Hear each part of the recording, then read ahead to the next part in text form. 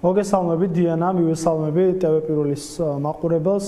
რა ვიცი, მე ვფიქრობ საგანგაშო იმაში არ არის, რომ ჩვენს პარტიას, რომელიც დამოუკიდებლად გავიდა ამ არჩევნებზე, რაღაცა დამოუკიდებელი პოზიციონირება კონდეს რაღაც საკითხებთან დაკავშირებით. შეიძლება საერთო საკითხი იყოს, მაგრამ განსხვავებული რაღაცა მიდგომები არსებობდეს რაღაც დეტალებთან დაკავშირებით და მე ვფიქრობ, თავარია ყველა პოლიტიკური აქტორისგან, რომელმაც ამ არჩევნებში მიიღო მონაწილეობა და მხარდაჭერა მოსახლეობის გაიგზავნა ეს და ეხა დანარჩენი მე ვფიქრობ სამი კოალიციის თუ რაღაცის წერილი ერთად გაიგზავნა და გახარიას პარტიის წერილი ცალკე მე ვფიქრობ ამაში ამ ბუღალტერიაში შესვლა საერთოდ არასერიოზულია იმ ფონზე როდესაც საერთო მოთხოვნა არსებობს ხო უკაცრავად ბერდია დავაკონკრეტებ ამ სამეულთან ერთად ხელმოწერის სურვილი არ გაქვთ თუ ტექსტთან ეთანხმებოდით მაინც საინტერესოა რატომ შეწუხდით ცალკე კორესპონდენცია პოსტად იყო მე როგორც მახსოვს როგორ ტექსტთან დაკავშირებით იყო როგორც მახსოვს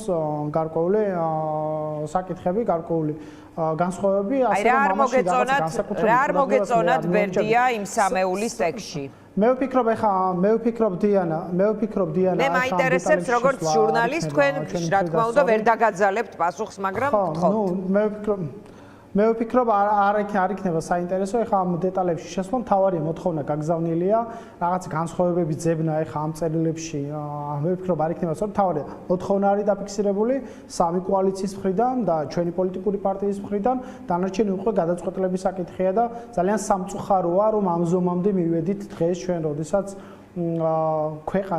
ქვეყნის დელეგაციას მის დელეგაციის წევრობას შეჩერების საფრთხე ემუქრება, ამიტომ ძალიან მნიშვნელოვანია რა გადაწყვეტილებას ეხლა ევროსაბჭო. თქვენ მათ შორის თქვენი მოთხოვნის საფუძველზე, არა? კი ბატონო, თავისით ხომ არ ემუქრება, შეიძლება თავისით რაც დამუქრებოდა, მაგრამ ამ კონკრეტულ შემთხვევაში მათ შორის თქვენი მოთხოვნის საფუძველზე. დიახ, და რატო ვითხოვთ? ესენი არიან ადამიანები, რომლებმაც ამ ქვეყნის კონსტიტუციურ კურსს უღალატეს. ამ ქვეყნის დამოუკიდებლობისთვის ბრძოლას, რომელიც 30 წელია საფუძველს უყრის და ბაშენებთ ინსტიტუციონალურად სხვადასხვა მთავრობების და ხელისუფლებების პირობებში ამ ქვეყნის ევროპულ მომავალს გამოუთხარეს ამ ადამიანებმა ძირი, ჟურნალისტები ცემეს, დაასისხლიანეს, დაასახიჩრეს. მერე ციხეში გამოამწყდი ეს სინდისის პატიმრები ყავს. პირველი პოლიტპატიმარი ჟურნალისტი ქალი ყავს, რომელსაც სამაგალითოს ჯიან და ვინ აშიმშილებს მას?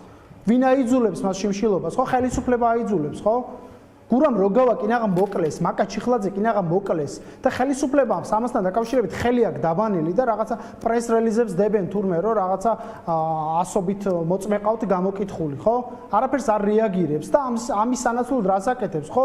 გაყალბებაში ამ ქვეყნის ევროპული მომავლის მოპარვაში ჩართულ ადამიანებს პრივილეგიებით ადჯილდოებს, ზოგს იარაღის ტარების უფლებას აძლევს, ზოგს დაცვას უნიშნავს, ზოგს ღობეს უკეთებს, რომ არ შეწუხდნენ, აკუსტიკური ხმაურისგან არ შეწუხდნენ ჩვენი მოქალაქეების, რომლებიც ღია და აფიქსირებენ ამ პროტესტს, ხო?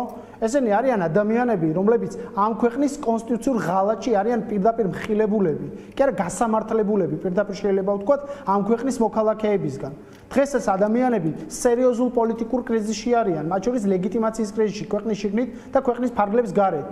და როგორ შეიძლება ასეთი ადამიანები, თეა წულუკიანი როგორ შეიძლება, ან ეკა სეფაშვილი, რომელიც პირდაპირ ფორმით ჰიბრიდულ ომშია ჩართული ამ ქვეყნის მოსახლეობის წინააღმდეგ, როგორ შეიძლება ეს ადამიანები წარმოადგენენ ამ ქვეყანას, ამ ქვეყნის ხმა იყვნენ რომელიმე დელეგაციაში ან რომელიმე საერთაშორისო ორგანიზაციაში.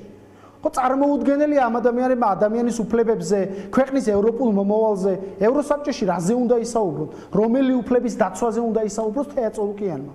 რომელი უფლების? რომელიც კულტურის მინისტრი იყო და ასე დავსვი ბერდია. გუშინწი როდესაც ემიგრანტებს ხვდებოდა. კი ბატონო, ეხლა თქვენ ახლა ამიტომ მე ვფიქრობ, გაღიზიანებული მიპასუხებთ, გაუღიზიანებელი, ასე დავსვამ საკითხს. ასე დავსვამ ბერდია საკითხს. ოცნება ყველა ამ სტრუქტურიდან ამოწერილი უფრო ეს ვთქვათ მასზე ზემოქმედების საშუალება თუ არც ერთ ასეთ ორგანიზაციას არ ექნება ეს ჩვენს პოლიტიკურ და ზოგადად ცხოვრებაზე როგორ აისახება, როგორ ფიქრობთ? მე ვფიქრობ, ამოცანა არის მაქსიმალურად იზოლირება მოხდეს და ხაზგასმა, რომ ესენი არიან პოლიტიკური კეთროვანები დიანა. მესმის თქვენ რა წუხილებით შეიძლება გაწუხებდეთ და მე კითხვას გისვამ, თქვენ გაწუხებდეთ ბატონო ან არ გაწუხებდეთ? მაგრამ არ წუხვარ გისვამ კითხვას. ხო, მაგრამ არ არის ზოგადად ვიზახი ხო შეიძლება არსებობდეს გარკვეული მოსაზრება რომ თუ ამ ადამიანებს იზოლირებულად კუთხეში მიამწყდებენ ეს ადამიანები სხვა მიმართულებით აღარ მაქვს უკვე მოსაზრებების ქონა არ შეიძლება ეს გაბატონებულ მოსაზრებებს უნდა ვსდიოთ რაღაც ასეთი ტრენდია გისმენთ ხო კი ბატონო მაგრამ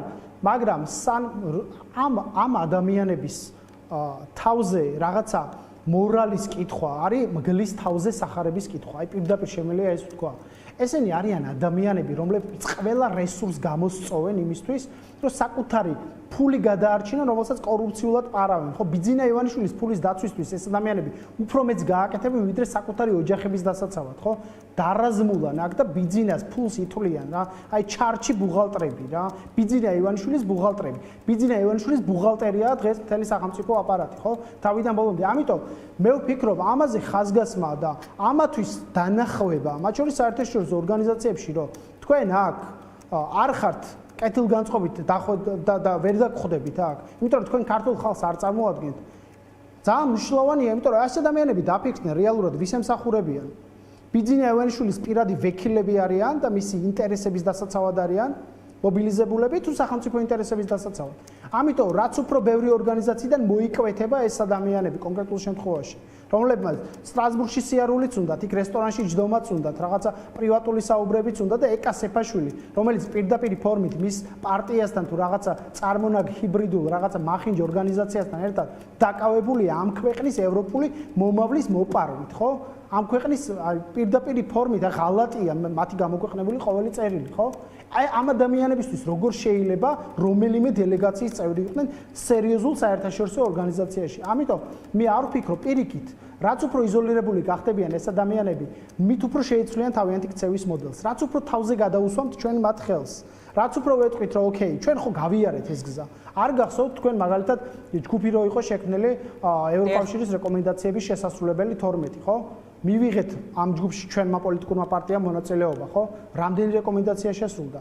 3-ო და 3-დან 2 არასრულიო და 1 სრულიო. და რა ქნეს? შეასრულეს მურუსიძისგან გაათავისუფლეს სასამართლო, უკეთესი საკანონმდებლო ბაზა შექმნეს არჩევნების ჩასატარებლად. რა გააკეთეს უკეთესი, ხო? რაც უფრო ბევრს დავუთმობთ ამ ადამიანებს, აქ უკომპრომისო ბრძოლაა უკვე. მე ვფიქრობ, გზაჯვარედინზე ვდგავართ აქ. ყველა გზა უკან არის ჩახერგილი. ადამიანები ციხეში სხედან მართლა და საჯელს იხდიან და დალეწილი ახალგაზრდები, რა ვიცი. თავყბა გაუერთიანეს მართლა ვიღაცაებმა, მე გაძარცვეს, სულში ჩააფურთხეს და პირდაპირ ფორმით ბოდიში ამ სიტყვისთვის პირში ჩააფურთხეს. აი ესეთ ადამიანებს ეხლა რაუნდზე უნდა ველაპარაკოთ, რომელ ევროსაბჭოში, რა დელეგაციაში უნდა იყვნენ, ესა გივი მიქანაძე, როგორ შეიძლება რომელიმე დელეგაციაში რაღაცის წევრი იყოს და სახელმწიფო სახელით საუბრობდეს. ამიტომ მე ვფიქრობ, ამ ადამიანებს უნდა გაითავისონ თითოეულმა მათგანმა. ქვეყნის ევროპული მომავლის ბედი წყდება. ქვეყნის ევროპულ მომავალსაც თავი რო დავანებოთ. თითოეული ჩვენგანის ბედი წყდება.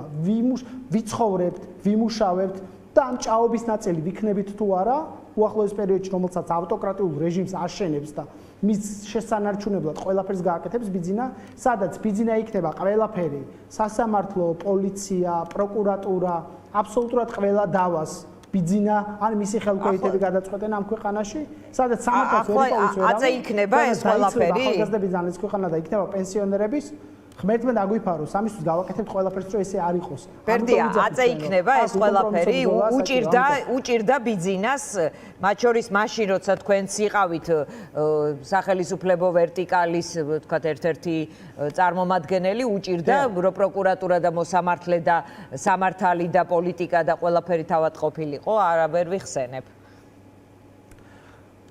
შეიძლება ბიძინას ძველ და ახალ, ეს თქვა ადრეულ ბიძინასა და გვიანდელ ბიძინას შორის შეიძლება სხვაობებია, მაგრამ ეს არ ნიშნავს, რომ მას ეს უჭირდა. მოდით დიანა, პირდაპირ შევხედოთ სიმართლეს თვალებში. 2020 წელს სამთავრობო პროგრამა რომ მტკიცდებოდა პარლამენტში ვახდი, მაშინ გიორგი ახარია ძალიან კარგად მახსოვს, ეს იყო ევროპული სახელმწიფოს მშენებლობისთვის ამ პროგრამის სახელწოდება და განაცხადი ჰქონდა გაკეთებული 2020 წელს ევროკავშირის წევრობაზე. სტრატეგიულ პარტნიორებს, შეერთებულ შტატებს არავინ არ აგინებდა, ნატოს არავინ არ აგინებდა, ევროკავშირს არავინ არ აგინებდა. თქვენ გახსოვთ საგარეო ურთიერთობაში ამ ხელა ბერდია სტრატეგიულ პარტნიორებს რომ არაგინებდა ქართული ოცნება ეს არ ნიშნავს რომ ივანიშვილის სურვილით მიიღებოდა პოლიტიკური სამართლებრივი გადაწყვეტილებები. სხვადასხვა რამეა. ივანიშვილს ძალიან ბევრი კომპრომისი უწევდა. ძალიან ბევრი კომპრომისი უწევდა ისე როგორც ეხლა კონსოლიდირებული ძალაუფლება 2020 წელს ესეთი კონსოლიდირებული ძალაუფლება არ ქონია. ერთპარტიული თავიდან ბოლომდე იყო, ცესკო თავიდან ბოლომდე ჩაიბარეს, იყო იუსტიციის უმაღლეს საბჭოში ისე უმურუციძის დაბრუნება საბჭოს მდივნად. ჩვენს ვერე მოხდა, არ მოხდა ეგრე? ხო მოხდა რეალურად რა. არ მოხდა საპროკურორო საბჭო თავიდან ბოლომდე დაიქვემდებარა. ბერდია, მე თქვენს წვლილზე ან იმაზე რომ ინსპექტორის სამსახური ჩვენს მერე არ მოხდა. ჩვენს მერე არ მოხდა, ამიტომ ჩვენ გენერალურ გადაწყვეტილებების საკუთარ ნებაზე მორგება არ უჭირდა თქო, ამას ვამბობ არც ერთ ეტაპზე ივანიშვილს.